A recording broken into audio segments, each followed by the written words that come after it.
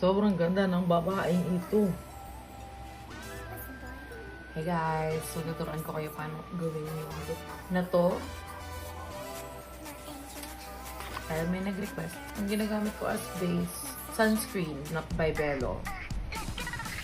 Ang foundation ko is Spot Cosmetics. Dito. So nagko-contour ako from Spot Cosmetics. Then, conceal it in the shade CM3. Hinahabaan ko siya kasi malawak yung face shape ko.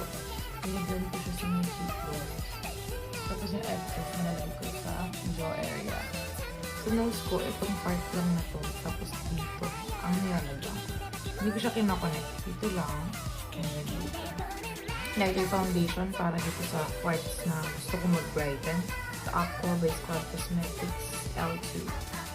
Nilagyan ko dito.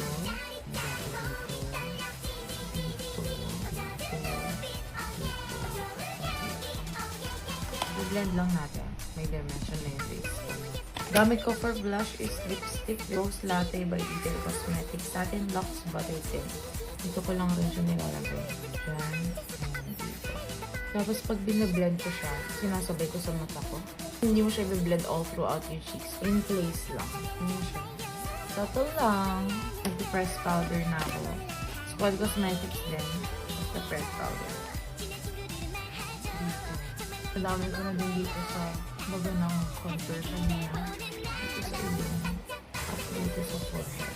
Naglalast siya sa akin until nighttime. Nagbe-bake ako gamit ito. Detail Cosmetics Invisible Setting Powder. Konti lang. Dito din. Kung saan din tayo naglagay ng ating pressed powder. Mag-powder contour na kami. Ang gamit kong palette ay Detail Cosmetics ulit. Contour and Blush Volume 2. Gamit ko yung dalawang contour shades nila. Tapos for blush, gagamitin ko ang Happy Hour. Parang coral yung color ng blush. Dito din, ginagamit ko yung ilong ko. Tanggalin natin yung beneath natin. Loose powder, buong mukha. Nag-setting spray ako gamit itong Fresh Skin Lab Collagen Mattifying Facial Setting Mist. Eyeshadow, gamit ko itong Flower Nose na panggal. Swan Valley Series 6 Color Eyeshadow. Para lang maging pink. Tapos naglalagay ako ng highlighter na itong Daylight Highlighter. Ito sa inner corner ng mata ko. Sa ilong. Next is ginagamit ko yung shimmer na itong Flower Nose. Gamit ko yung daliri ko.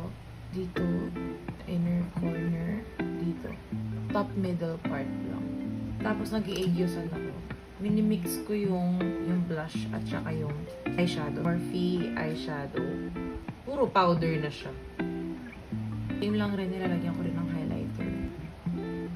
Yung shimmer kanina na Flower Nose. Ito lang rin sa gitna. Magamit ako ng bigger glitters. Yung Dream Chaser Quad Eyeshadow Palette. Bare Bliss Moonlight Fantasy. Ginagamit ko yung white dito. Dun din sa areas. Dito din. Konti lang sa inner corner ng face. So I get ready with me Brow Pen Pro in the shade Taupe. Gagawin kong eyeliner is yung pinakamanipis na kaya ko. Tapos sa pangkilay ko naman ang gamit ko ay itong Master Gel Liner Duo ng Get Ready With Me in the shade Stone. Super nipis lang ng mga ilalagay ko. For bottom lashes, gamit ko itong Detail Lash Maximizer Lower Lash Mascara. Kahit anong lashes, basta para siyang anime lashes. Kumpulhus. Yung ginagawa ko pag nagdidikit ng lashes, pataas. Ganon yung kamay. Tapos pwede rin kayo maglagay ng black liner dito sa waterline. Make sure na yung gamit nyo ay water resistant para hindi magsasmudge. For the lips, gamitin ulit natin itong Rose Latte. Ang focus ay sa gitna, tapos medyo inaangat ko siya dito sa Cupid's bow ko. Satin Luxe Butter Tint ng Detail Cosmetics in the shade Blackberry Jam. Same din dito sa gitna lang. Kakarat ko siya pero ang focus ko ay sa gitna lang. Pero dito lang sa gitna. Ang lip gloss na gamit ko ay Detail Cosmetics Jelly Lips. Final look. Soft girl look. Malambot lang. Yun lang. Thank you guys.